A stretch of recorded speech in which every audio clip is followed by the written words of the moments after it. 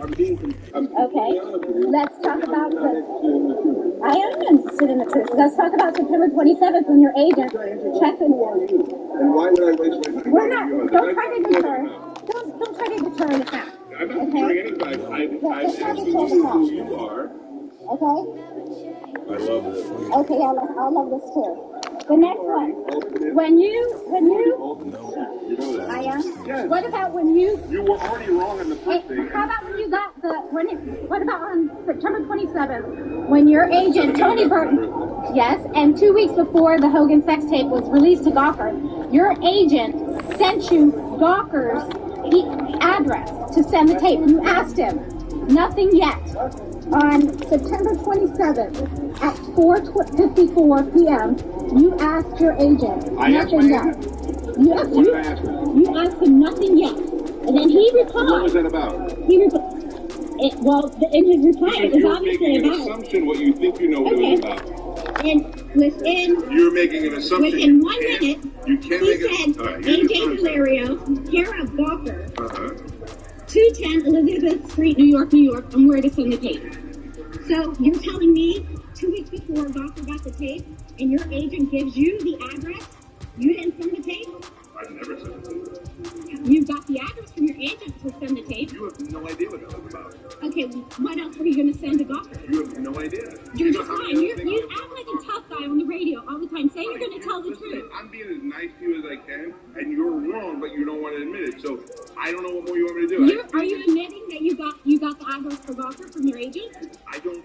No, I did not. You admitted the other email. Yeah, because the other email is true. This is You're assuming you know what that's about. Okay, so your agent gave you Gawker's address 2 weeks prior. How pathetic is your life that you're here fighting this fight?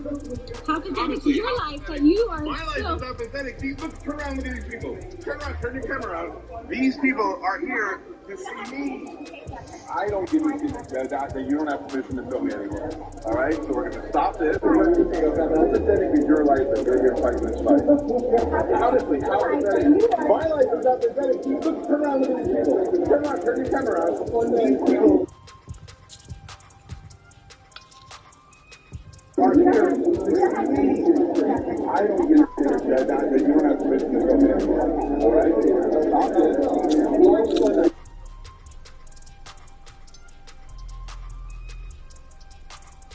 Back away from your yeah, back away from me. Back away from me. Back away from me. Just go back away from you. Get out. Get out. Go to the outside.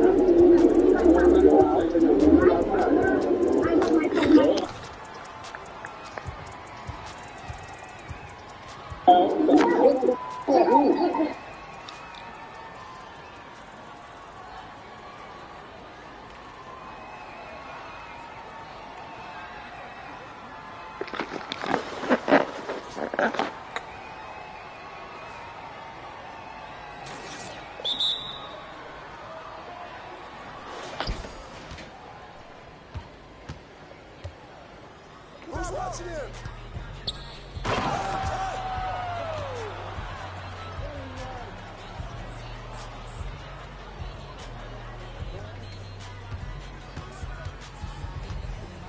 Come to me, come to me. Ow, ow. Way to grab it. Don't do it.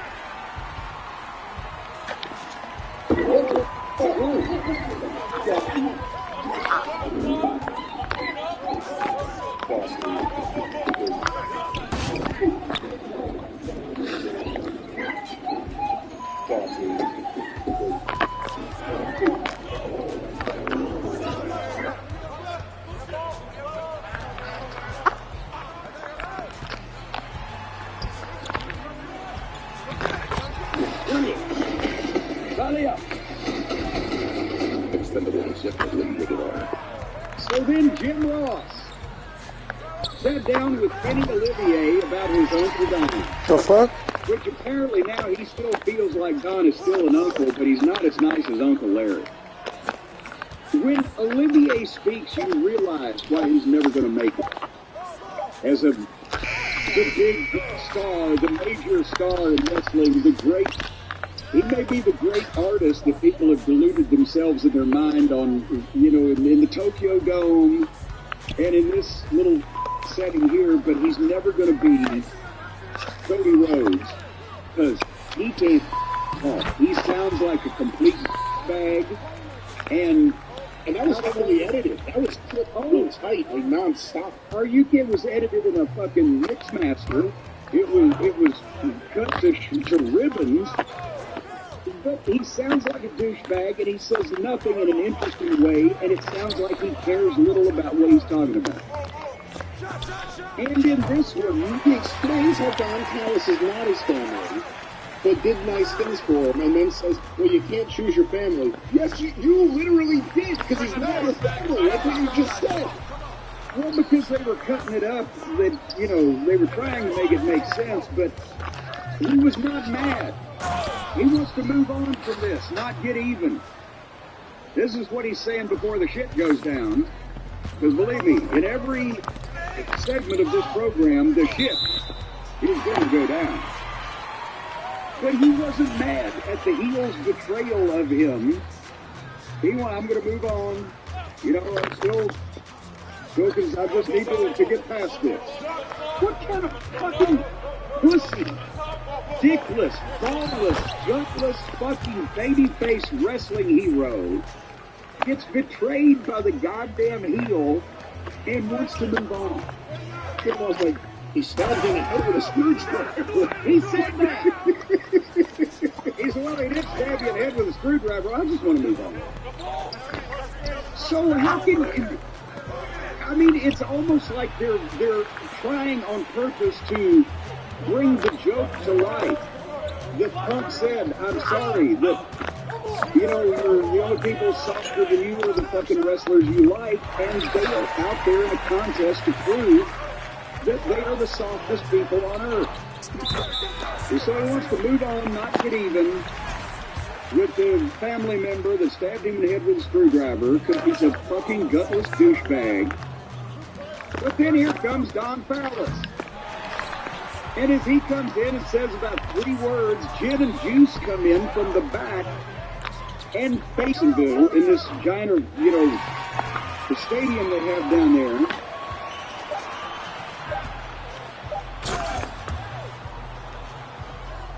Doing this interview, so they take him over and they bash him against the garage door or whatever the fuck, and it just looked so hokey. And JR just had to get up and shake his head and walk off. But the camera cuts away with hysterical. It was like, action shot and JR standing there going, God, that Calvin would have fired all of them for this phony looking shit.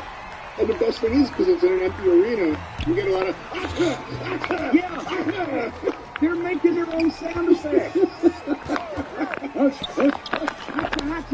Nobody does that.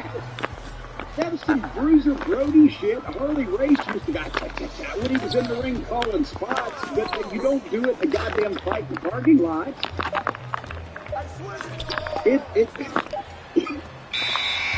But again, we established that the guy got stabbed in the head with a screwdriver and he wasn't mad about it. So now they beat him up, but they didn't stab him. So I guess he shouldn't be too mad about this.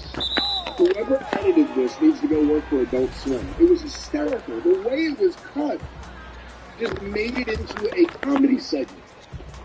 There's no other way to look at it. It was ridiculous. But now, No, fuck me.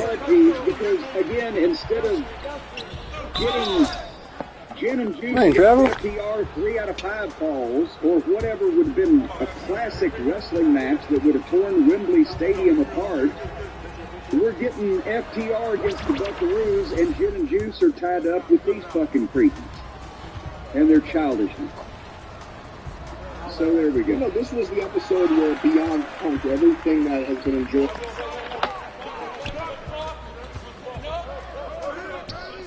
guys. So Skip Bailey. Nice shit, guys. This guy usually, well, I'm just gonna try to hear what he had to say. Then we're gonna get right to what he said. I've seen him cross lines, but this guy has no limits. Way. But the irony was, I thought LeBron got more attention for not being out in public at Staples than he would have if he had just shown up with everybody else, business as usual. So was it at all possible that Now I want y'all to see what this clown was talking about. LeBron I want y'all to see what he stayed away from Dwayne's Hall of Fame induction? Or after that, but LeBron owned the pregame. It was a great speech. But then obviously he was told at the subsequent memorial service at Staples that he would not be speaking. And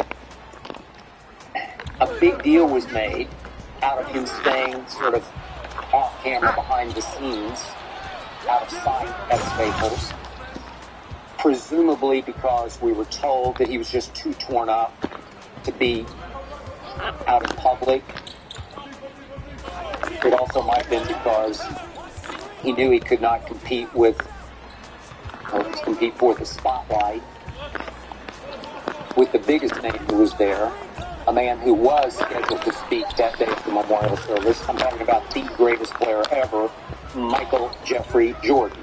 So maybe LeBron stayed out of the way to kind of stay out of Michael's way.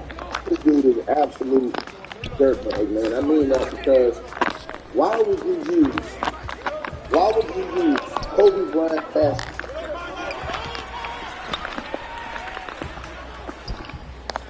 to bash LeBron James and then make it about LeBron James and Michael Jordan competition? Bro. This dude is sick. I don't understand how anybody wants to work with this guy, man. Anybody. He's bringing this up right now because he was also using this as a part to bash LeBron James for not showing up to D-Wade's time and ceremony. So then he brings up Kobe Bryant's passing and talks about how, oh, well, they didn't want LeBron James to be the star of the show, so they swooped him to the back, and maybe he was intimidated with being there because of the real close Michael Jordan. Man, this dude's a joke, bro. You were there. You was an event that was so tragic. Like this, subscribe, you guys. This guy, usually, well, I'm just letting you hear what he had to say. Then we're going to get right to what he said. I've seen him cross lines, but this guy has no limits. Way. But the irony was, I thought LeBron got more attention for not being out in public at Staples than he would have if he had just shown up with everybody else, business as usual. So was it at all possible that Now I want y'all to see what this clown was talking about. LeBron I want y'all to see who stayed away from Dwayne's Hall of Fame induction? Or after that, but LeBron owned the pregame. It was a great speech. But then obviously he was told at the subsequent memorial service at Staples that he would not be speaking. And a big deal was made out of him staying sort of off camera behind the scenes, out of sight at Staples. Presumably because we were told that he was just too torn up to be out in public. It also might have been because he knew he could not compete for the spotlight with the biggest name who was there, a man who was scheduled to speak that day at the memorial service. I'm talking about the greatest player ever, Michael Jeffrey Jordan.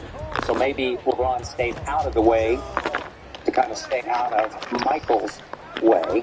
This dude is an absolute dirtbag, man. I mean that because why would you use Kobe Bryant passing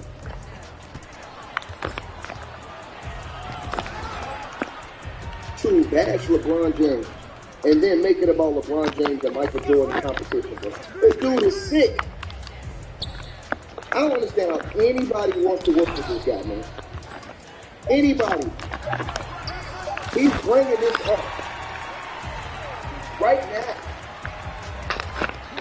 because he was also using this as a part to bash LeBron James for not showing up to D-Wade's retirement ceremony. So then he brings up Kobe Bryant's passing and talks about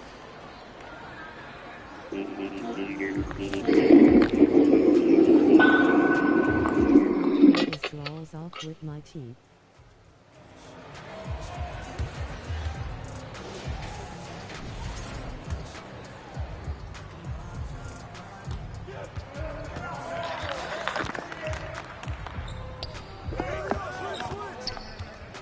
My dick sucking game off caliber FR.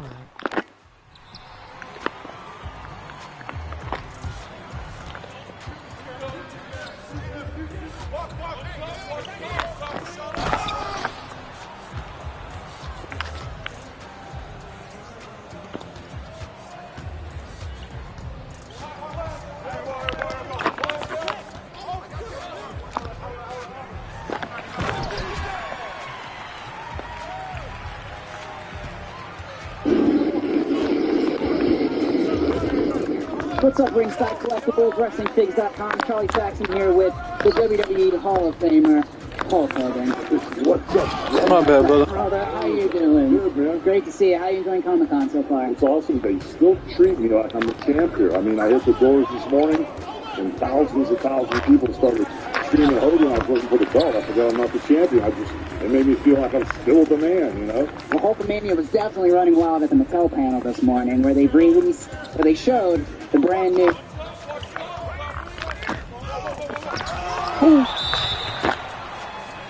So, Hulkamania action figure. Would you like to check it out? Give us your thoughts on it? That is strong, brother. You know, they still respected the little bit of hair I had left. You know, they kept a little bit of hair on the head. Old school Hulkamania bandana. Good job, Mattel. You guys are on point. Pretty sweet, brother. Now, it's great to have you back in the WWE. WrestleMania 30 was huge for you. Can we get one more match? I missed his ass. And if so, who would you like to see on the...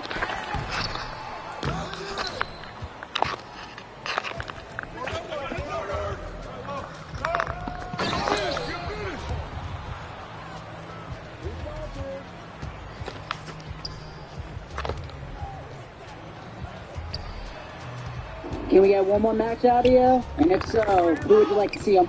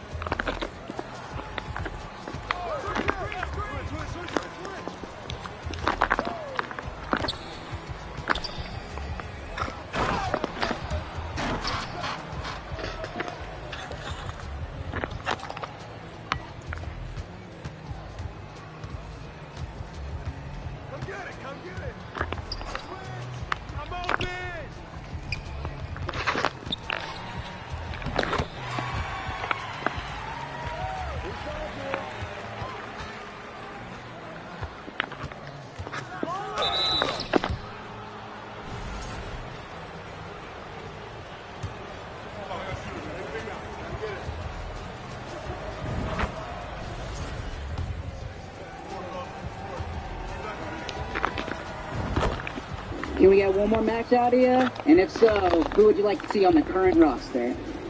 Well, in the WWE universe, you know, there's this energy thing going on. And when that universe gets behind you, it can take a guy that's 60 years young and make him feel like he's 30 years young. So I've learned in the WWE universe, never say never, okay? And every time we just came back from Japan, every time I got near the ring, I started getting that itch and that fever. And Jimmy Hart, my manager, had to hold me back. But on the current roster, if there's one guy that needs to feel the power of Hulkamania and all the WWE Universe Hulkamaniacs, it has to be John Cena, brother. It's a great choice. Well, Hulk, appreciate your time. Thank you so much.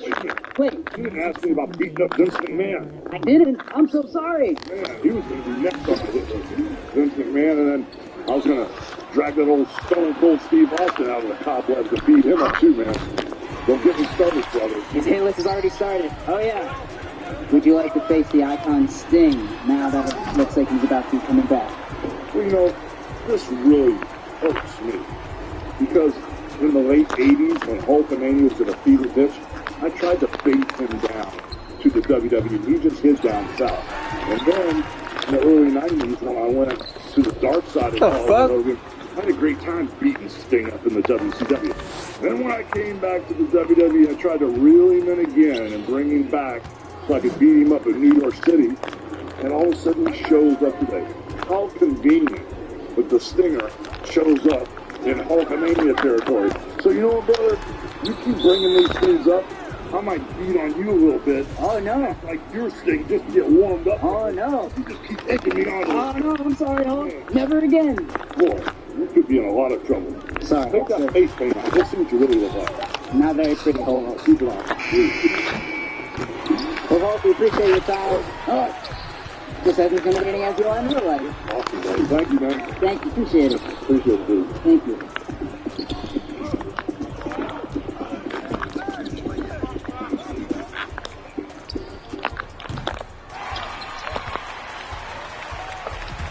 What the fuck?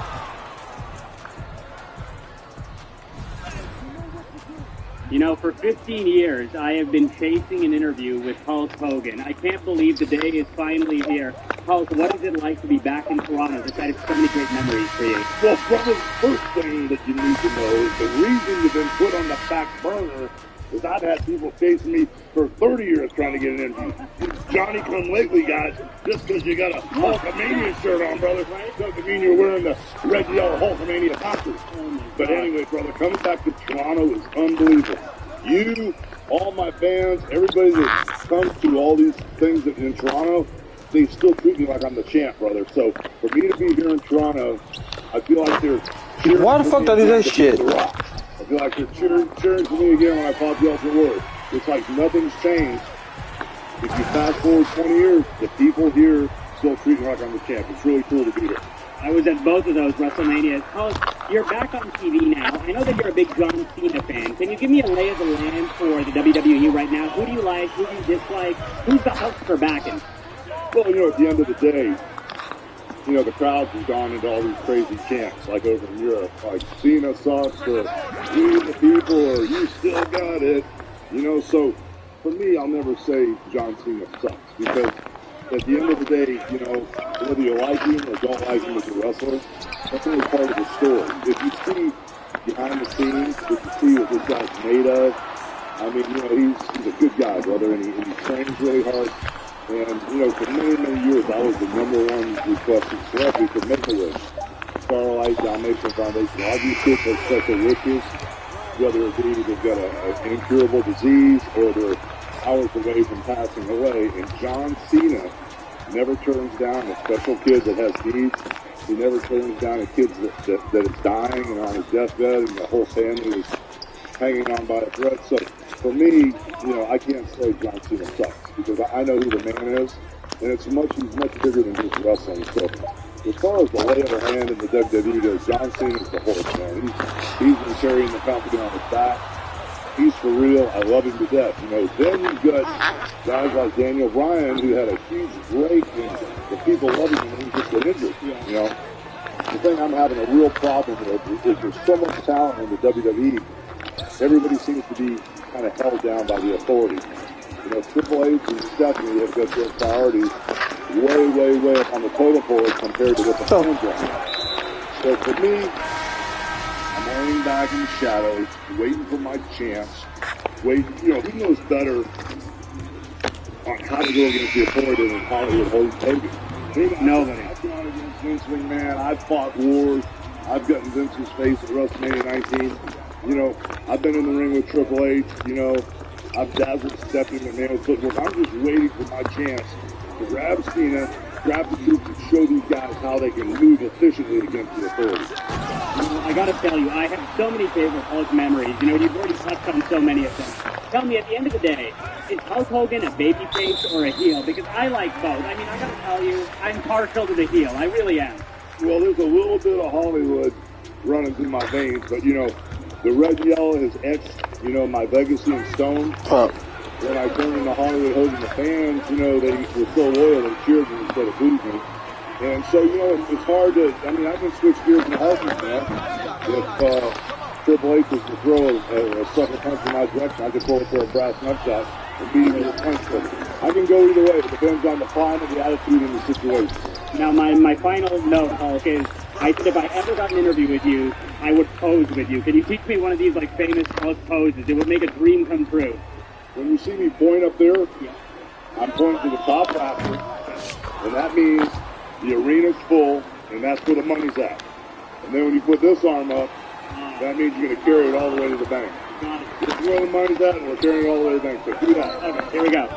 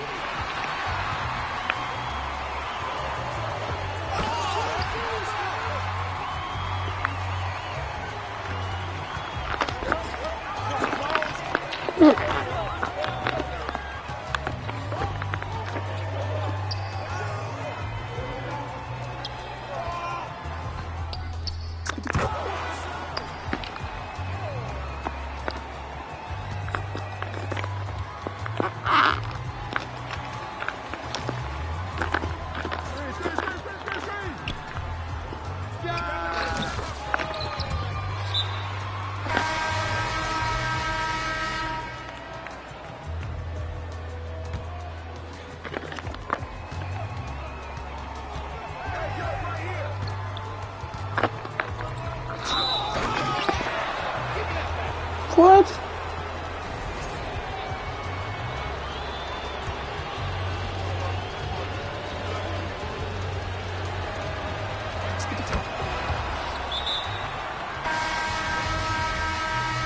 Full episode of this podcast can be seen for free. Click the link in the body of the chat. Let's get it. I was in a tough position with the 6'9" thing. 6'9" was somebody who, you know, he showed me a lot of love, especially early on in his career. He happened to get beef with everybody in the game. But I feel like with you and him, and especially Don Pastor, they got personal. And I just remember, like, even thinking, I'm like, I understand playing the media side and trying to be neutral. Like, if you said anything, I'm opposed to it. If he said anything, I'm opposed to it. I just don't take him serious. But there was moments, like, I had a conversation with him. It's just niggas like that. Like, I don't take it serious. Like, the Braun stuff, I had a conversation with him. I said, listen, see, they gonna do that. They're gonna troll. It's called clickbait. You know? everybody gonna talk to it. Everybody want to sell records. Everybody want a name. Everybody wants to stay popular. How do you feel doing that? Because I felt conflicted. I never gave a fuck. I never ever gave a fuck. Even when people are like the disrespect, that's what you feel like you're doing. You know what I mean? So like, But just like, what I'm gonna do? You get up and hop on that thing, I'm gonna kill you. You up and do an interview. When I catch you, I'm knocking you the fuck out. You already know that's happening. So it's like, I play my game. I just sit back, watch. How they gonna know what's going on? Oh, you just said this about Dirk. That's what Dirk post. Indies, some shoes. You know, like I'm not falling for that shit. Like, I know it's not like. Why don't you engage? Because a lot of people engage like that because that conversation back and forth. Like, for example, if you tweet somebody who they think you don't like right now and say, "Fuck you when I see you," you dead. And then you drop a song or you drop an album or you whatever, they're like, "Yo, this is the biggest gangster because he tweeted." No, like for the internet, sometimes feeds into it. No, the internet. Then when you see him, then he dead. And guess who they gonna come see? That's how I look at it. Everybody looking at it like internet. I'm gonna say this just to get this popping. I real life try to stay out the way because it's like the people behind me, the knowledge I got behind me, the leaders I got behind me. I try not to get into it with people. Like, I'm trying to turn all the hate to love. So, cause it's like I know certain niggas I just can't take serious. I know, like, I can show you receipt. I can show you a DM from a motherfucker like, hey man, I'm gonna make a motherfucker say sorry. I'm gonna make him say sorry, and he ain't mean to say that. That don't go. I got all that, but it just be like, post it for what? I'm trying to get $1 billion or close to it. So me posting one something, you saying you don't want no problems after you know what I'm saying? So, and you still the 6'9" thing. Y'all issues a little bit. It's kind of odd. I think all your issues always, especially rap issues, because really, I be tapped in with the people who you might have real issues with, and they all from the city. There's never like some rap dude. You know what I mean? So when I see you in a rap dude kind of get into it, I usually kind of look at it and see what it's about. But you in the 6'9" thing, there was a time he was calling you out constantly. I think he felt at that time, I'm hotter than Dirk, so I could say what I want to say, and you know what I mean, like a little boy. I remember, you know, I think he had said something. I think it was aimed to maybe you and Herbo, but it was just like, oh, niggas is saying they platinum in the streets or whatever the case is. Then he was talking about first week sales with you constantly. Cause I never cared about that type of shit. I care about morals. You know what I'm saying? I care about taking care. I care about family. I care about my niggas. I don't care about album sales. Like, I really don't give a fuck about album sales. It don't matter. Cause any rapper, from the biggest to the littlest, respect it. Not like on those. I respect it. Nah, they fuck with it. I fuck with them. I respect them. So there ain't no album sales. We gonna get the support. Music ass. I know for him, he felt once you got him. Check it out now. Holy. Now, ladies and gentlemen, there's never a dull moment with Meek Mill on Twitter, man. Okay? I mean, recently Meek said that they kicked his ass, little brother. Yeah, he's still tweeting like he hacked his own account. Now, ladies and gentlemen, whether he's calling out another rapper for not writing no bars, or whether he's asking for financial advice from his audience, basically asking them how to download the app Robinhood that he could buy some crypto because he wanted to get on the wave, or when he said, listen, yo, anybody that follow me know where I could go or who I need to tell you to buy a private jet? Right? The craziest thing about all of this is that Meek hangs with billionaires but asking fans. It's crazy, okay? You gotta be wondering what the hell conversations Meek has with the billionaires if he gotta ask for financial advice from the fans. Regardless, we love Meek, okay? Me and his issues are way in the past, and we have to just admit it, man. He's a national treasure, okay? To keep it real, he's kind of what makes Twitter fun, okay? And he did the same recently when basically he tweeted at DJ Trouble. Now you see, DJ Trouble, you a goofy over these hoes. LOL. he won't speak good on me. I tore him up in the 8. Now, pause on. Extra pause, okay? Now, this is triple entendre, don't even ask me out, okay? But tearing another man up in the 8 sounds wild, okay? Now, regardless, he continued to expound on that thought, basically laying out that because DJ Drama did an interview recently where he was asked who's this generation's Jay-Z in terms of rapping. The guy who was interviewing DJ Drama said he thought it was weak. And basically Drama disagreed and said, no, it ain't weak, it's great. Now, obviously, DJ doesn't feel that was an answer. He feels that DJ Drama got something out there, okay? What does he use to try to back it up? He basically said that he turned down doing a Tiny Desk with DJ Drama, who dropped the album recently, and he said, I asked Drama why you always speaking down on me, with a few other words. And two, he told him he was goofy. I also hit him when he tried to compare Dreams and Nightmares to I Wanna Rock and down to it. Don't let me finish the lane. YouTube, they don't even really like me, shaking my head. Now, Drama was in the message where he said, it ain't got nothing to do with no business, okay? To be honest, I don't even be speaking all the real sucker shit you be doing. That's the crazy part. You didn't get to me for my Tiny Desk podcast. Fucked up my whole roll-up. And wasn't man enough to just tell me no. By the way, Nico claims that he smashed a bunch of girls that apparently DJ Drama's been dealing with, and that's where the issue stems from, and now it turns to some Tiny Desk performance. Lee continued to tweet, he said, man, if they asked me about DJ Drama or talent, I wouldn't speak. I mean, millions of paper is talent. I still stay silent, still. And we don't wear no fitted hats like that, Drama. Shop is ritual, yes, okay? He then said, that man never did real charity in Philly's life. I just be saying fits parts online because it'd be too much to say. I be wanting it. What the heck? I be wanting it to be known that I don't rock with these people. Stand on my tippy toes when I see them, so it's no confusion before we interact.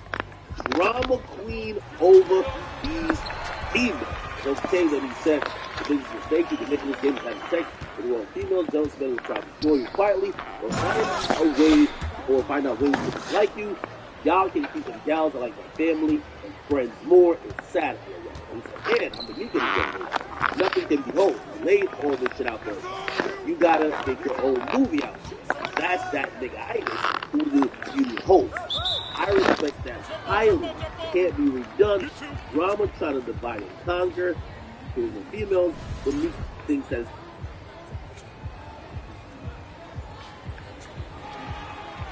he probably should have told you no straight up.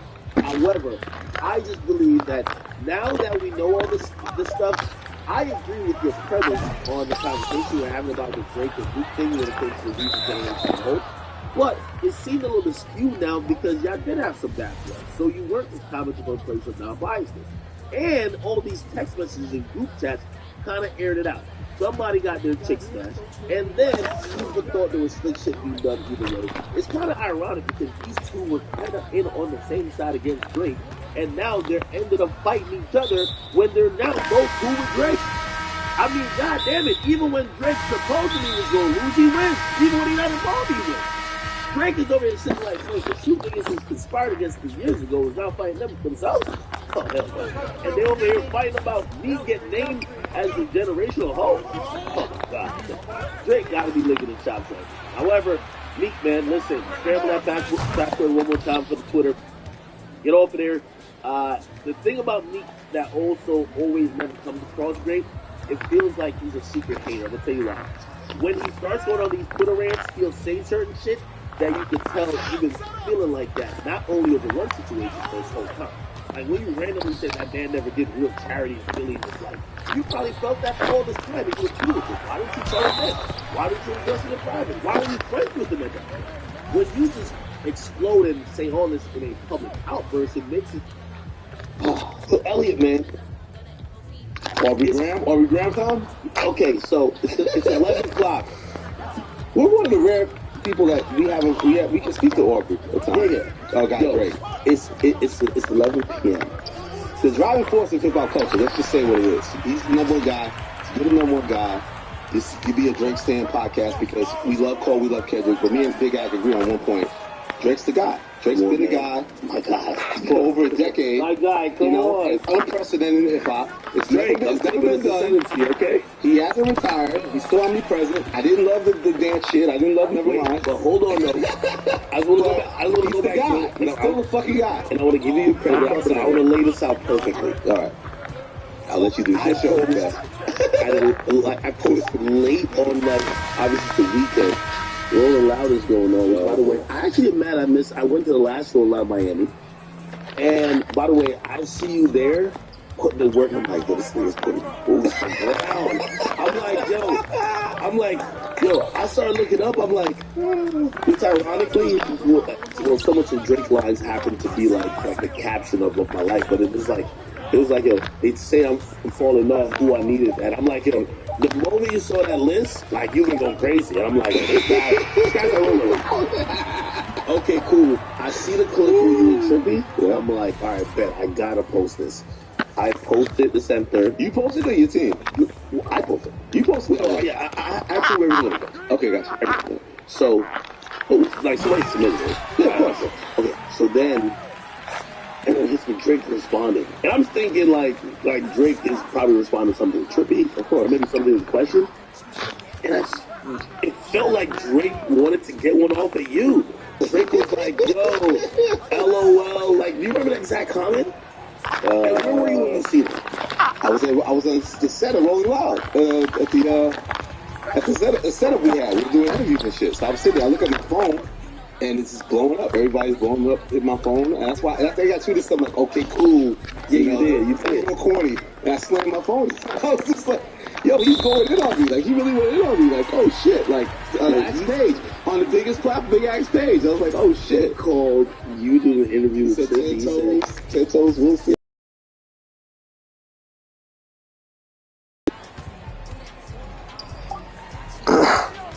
Hello? Hello? Can you hear me? Let me try to call you back on the phone, okay?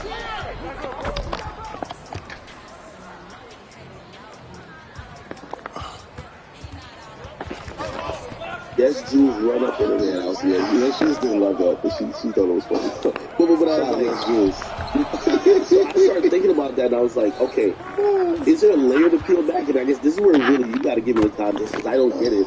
I'm wondering if he's saying, yo, you criticized my interviews recently, but I'm watching you go backwards. I guess maybe that's what he's saying, because I guess he's like, yo, you've interviewed Jay-Z and Drake. After that point, like, for example, somebody gave me the, like, and Supermarket guy Adam 22.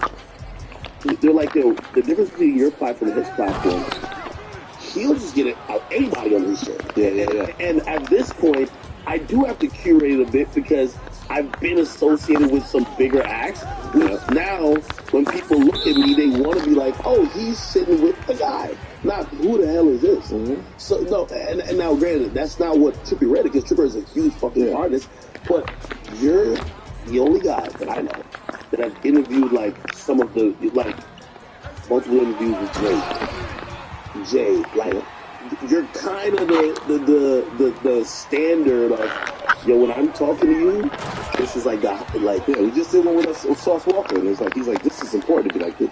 Like, he's sitting with us and, like, he's like, he's focused. And give us a great interview, like an hour and a half, that could be that standard. I think that Drake was just, he was mad that, I apologized to him. Hip hop fronts on apologies. Like, I remember when Jay apologized about the Nas shit, everybody clowned him. So, people clown people in hip hop if they apologize. I apologize to Drake because we have a great rapport. He's been respectful to me. He's given me more interviews than anybody. I've had 6 interviews with him. Before we apologize, we got them downloaded. Okay.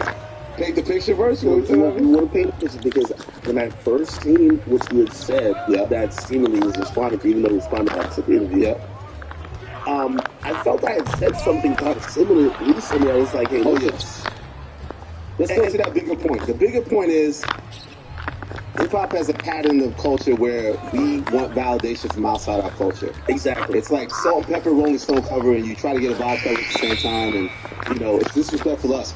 if I'm doing 8 million 50 Cent covers, but when it's time for 50 Cent versus Kanye, I can't get that cover. Rolling Stone gets that cover. Yeah. That's a frustrating day at the office for me. Exactly. So I always hold the culture accountable. Like you did.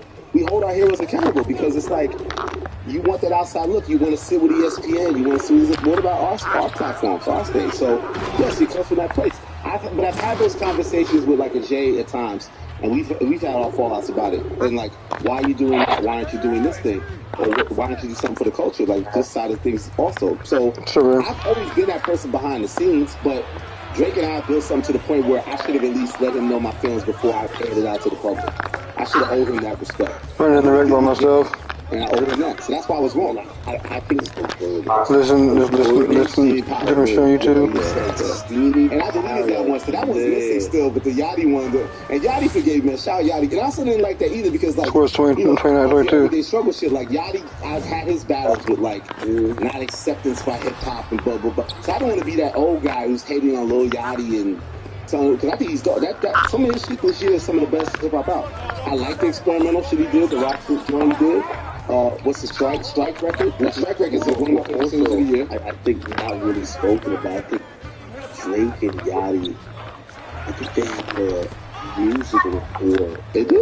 What? You hear it on the albums. Yeah, You hear it on the Savage album. And I think that's why, like, for me, I was like, okay, that's Drake and Yachty. I did look at the Drake and that girl I thought it was. By the way, I ended up watching, like, it's actually very entertaining. It's good. It's very entertaining. But when I initially said it, and I'm going to go back to Young Thug singing something. Young Thug singing on the Breakfast Club years ago. I was watching it. I don't know why I watched old Young Thug. Especially that last one. He was so clever. He was great. He was so clairvoyant. You're feeling great. Hopefully gets out soon. He says, he was basically saying that Drake is like almost like all these new artists OG because he's the only one doing stuff. And I wonder if him responding to you came from that. Because I'm going to be honest with you, as much as you could single out Drake there, I remember J. Cole was just doing something with the guy from the ESPN thing, yeah. Golden State Warriors, a former GM. Yeah, and I was confused. I think Drake probably feels like he does more than everybody else, but he still gets the most flack for it. Because I'm going to be honest with you, whether it's the release of music or even doing these interviews, I haven't heard Kendrick speaking a lot. I haven't heard Cole speaking a lot. Drake at least, tries to, like, as much as, compared to the others, he does more. That's true. And I think he probably was like, damn, I still fucking do more than the other guys that they would normally love me with. And then I still get to fucking blame. But I think also that's true. Remember in the concert he said, he's not like those other guys that go away. Like, I stay here, like, I ain't really with it. So my thing is, Drake will then defend it. Like, every once in a while. So he's promised all these people interviews behind the scenes. He's promised drink champs. He's promised, I know he's promised drink champs and Joe Buttons and Gillia Wallace, like Joe told me. He's promised all that, and he was going to deliver. He curves us. So it's like, okay. But here's the thing. How do you feel about that? I don't love it. That's why I said something. Yeah, but it was wrong for me to say it the way I said it and without telling him first, and I was wrong for that. So I accept what comes with it. But, like, that was crazy to me that, like, I just felt like it was going to die from the apology, but then he brought it back up to the public with you. So now I got motherfucking kids coming to against me or for me, like, fuck Drake. Like, it's not fuck Drake, man. Come on. It's dumb. And that shows how big he is. Like, it's just insane. When Drake... Why can't everybody talk about Kendrick Lamar and J. Cole? You almost have to get 30 times more upset. Why does everybody say something about Kendrick Lamar and J. Cole? Everyone's reaction. Everybody's on your ass. And I don't even know your culture where it's like all these young content creators make a YouTube page and they take a picture of you, a picture of Do they even make music too? You sound cute on the phone. Do J. Cole and Kendrick Lamar even make music still? Yeah.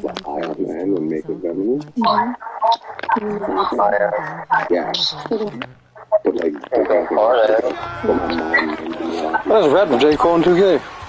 Go ahead, dog. Yes, it is. No, it's not. Yes, it Have you is. ever met a male actor? Yeah, you're looking at it.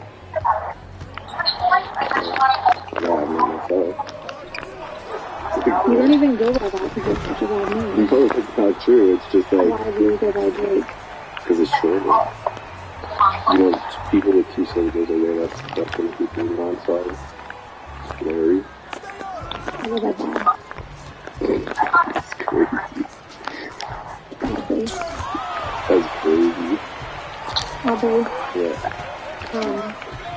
Don't be looking at Don't do that. I will talk to you on the end. Yeah. And I was just like thinking about it because it's just. Can you not drink during the interview yet? Because it's inappropriate.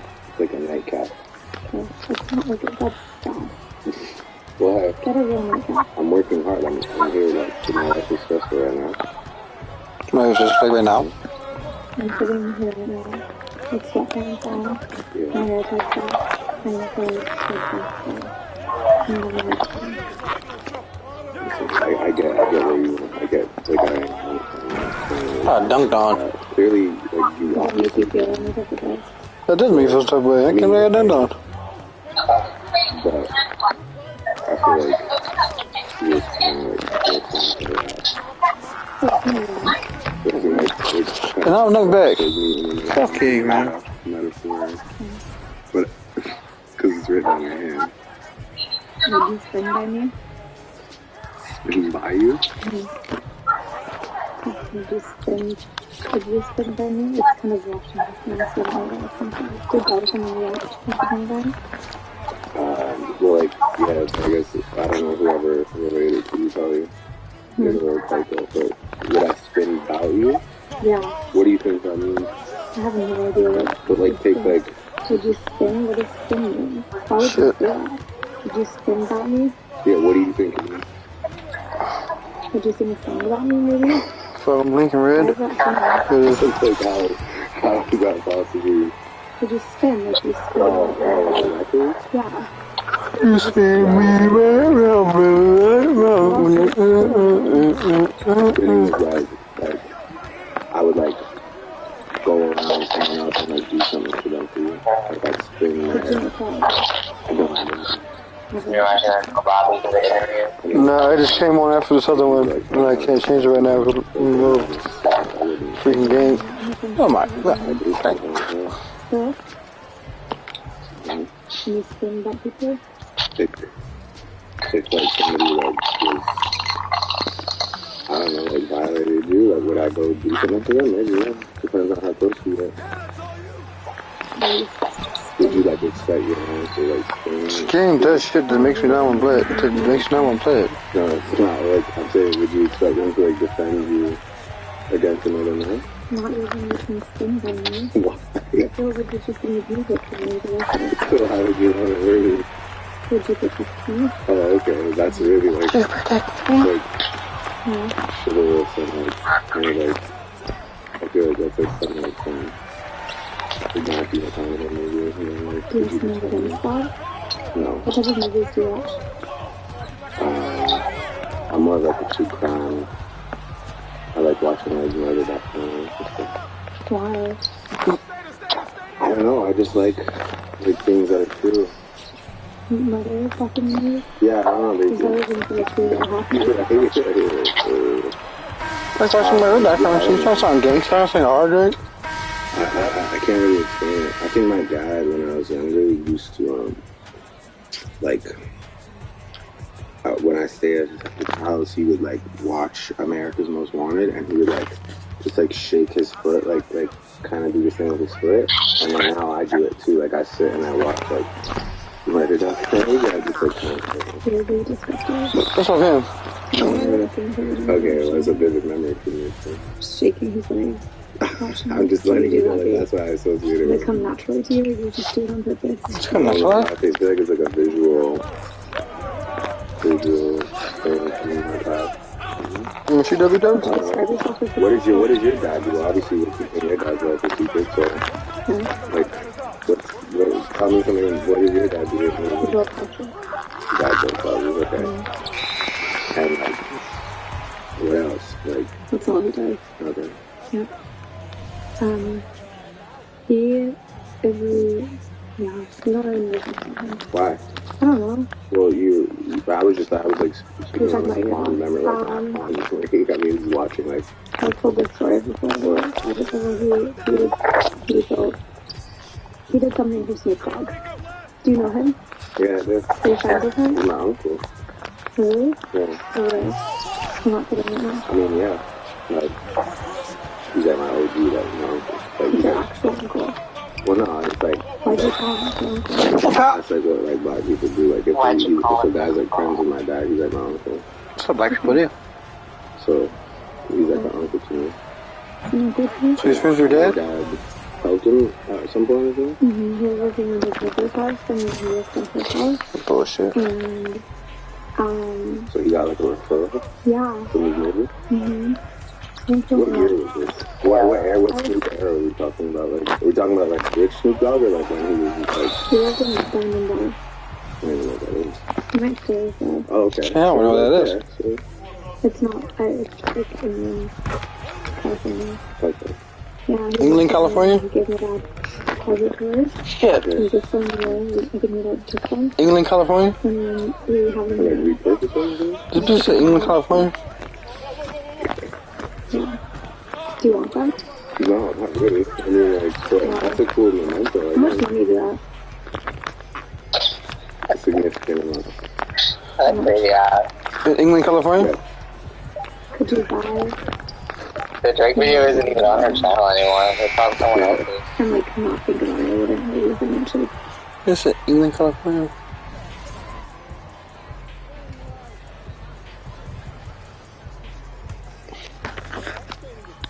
You blessed because I definitely procrastinated watching it. She took it down the day I finally decided to watch it. The white girl? Yeah, I guess she took it down off her channel, but other people don't see it, obviously. You make both these results. MJF booking and Poison. Oh my god.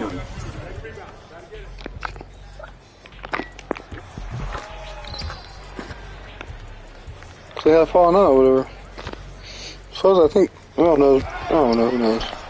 They probably did or something like that. Called a problem with the marriage.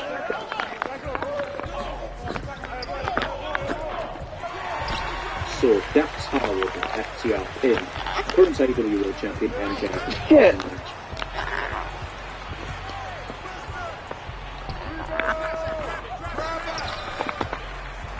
Shit. Oh. Clean. Now MJF. I just did it! He lose maybe once a year, so very, very rare. Then, 2 weeks later, House of Black defeats FTR and CM Punk with Brody King pinning That's Hot.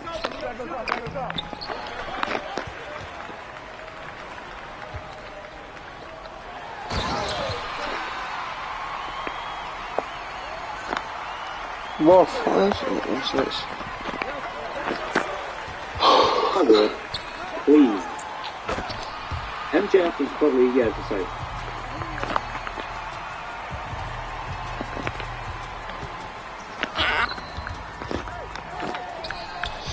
Why did AI grow on my man? Lost maybe like one match a year. So that's really put Dax Harwood in a spot of one of the major main contenders for the AEW World title. You know, you do much different from this guy being very rarely. It's a big deal. And is that why he went jail? 2 weeks later, Dax Harwood is confirmed by Brody King, who is nowhere near the main event as far as that's weird. I don't understand a damn bit of that. Who was he pinned by? He pinned MJF? Yeah, do you want to just re-say it or? No, I got the pinned MJF. Shit! Dax Harwood pinned MJF, and then 2 weeks later, Dax was pinned by somebody else. That don't make no sense. So who advances? Right, exactly. Okay, back in the old Mid-Atlantic days, they took,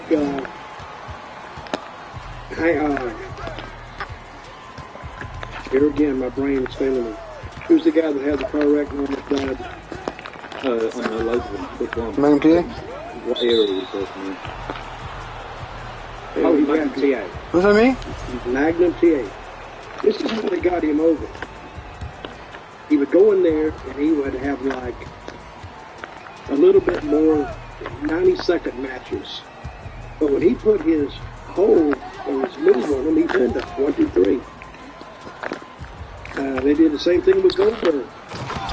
All you saw with Goldberg was boom, who's next? I mean, that's the other guy, but they got him over. But say me and you going in the ring, and all of a sudden, you pin me. Okay. That raises me, but then I go up and then I get beat. Stop knocking my fucking door out, you fucking cat. What are you going to talk about? See, in real sports, the sports writers are the bookers. They book this stuff. Oh, James lost to Dutch, but then Dutch lost to what's his face. So, and the guy in the tag team didn't have nothing to do with the heavyweight title. He's nowhere even close, like you said.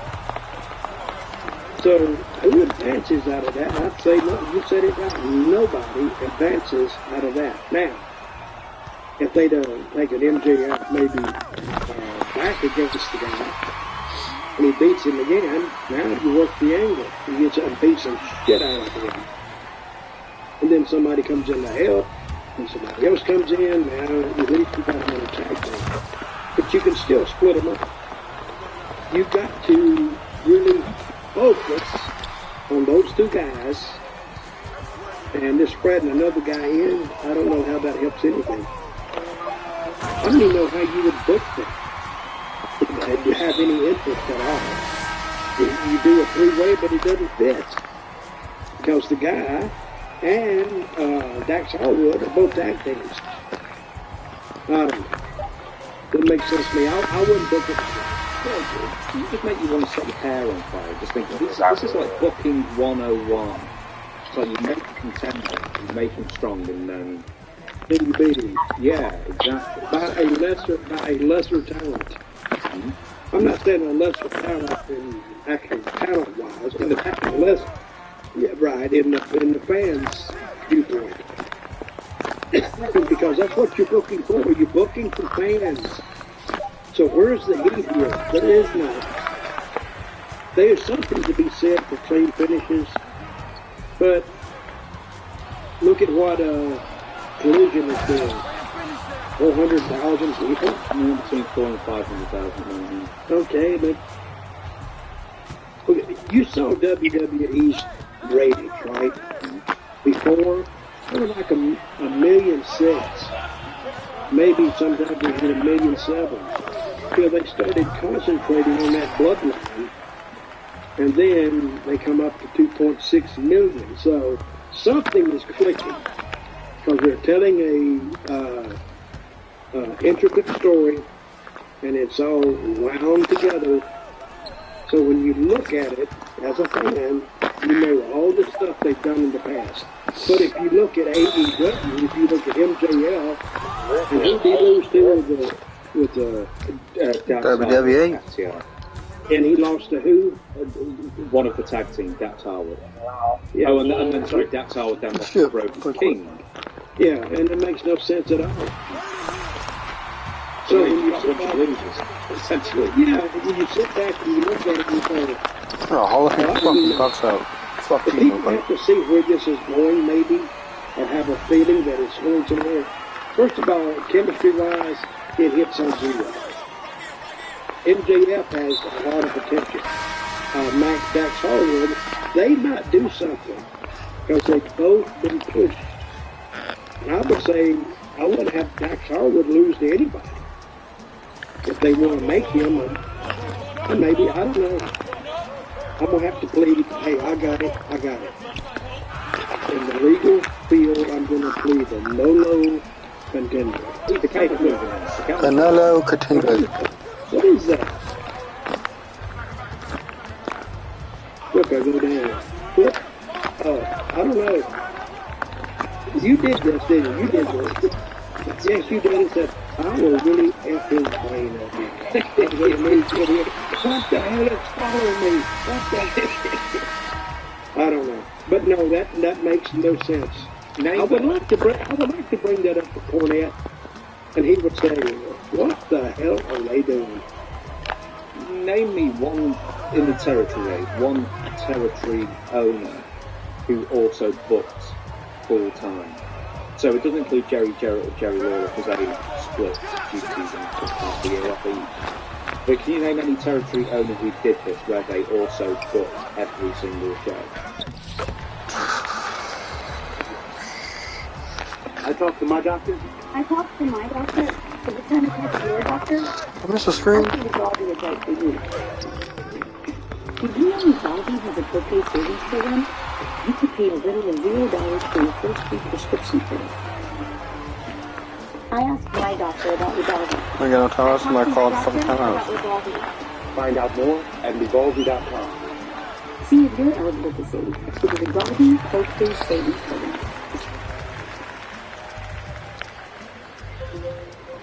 Ready for some grand supply now?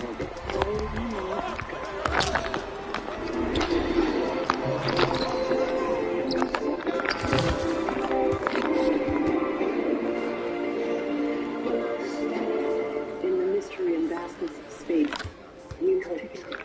The next great age of exploration. Still tickets.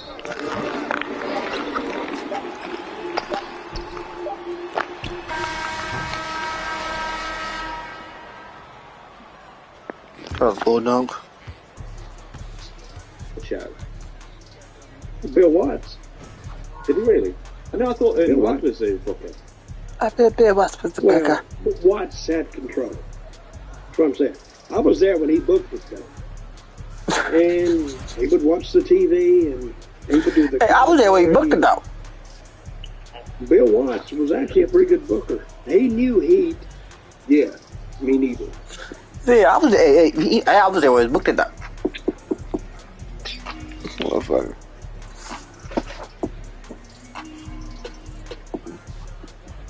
Oh yeah, people got a podcast. So let me give you just a little bit of history here. The Me Too movement was started in 2006 by this woman named Tarana Burke. Okay, the purpose of the movement was to empower women of color who have been abused, right? And I think that's a great cause. The movement Like Toronto or Tyrannosaurus Rex? Well, guess what ESPN, you know, a sports channel, a sports network, guess what they did in 2018? They hired this woman by the name of Malika Andrews, right? Okay, Mostly. I say, well, why is that important? Well, Malika Andrews is a modern-day feminist, right? And she doesn't have to proclaim it. We can all see it. And there's a difference between being a modern-day feminist and fighting for equality for women. It's not the same thing. I just want to clear that up, right? So about 6 or 7 months ago, for those of you who don't know, I covered this story of Ime Udoka, the Boston Celtics head coach, who was caught in this cheat on Neil Young. had an affair. He's a married man. He was a married man at the time. I believe he's still married now. He was a married man, and he was apparently having an affair with some people within the organization, right? And the story blew up, right? And a lot of people in media, in everyday life,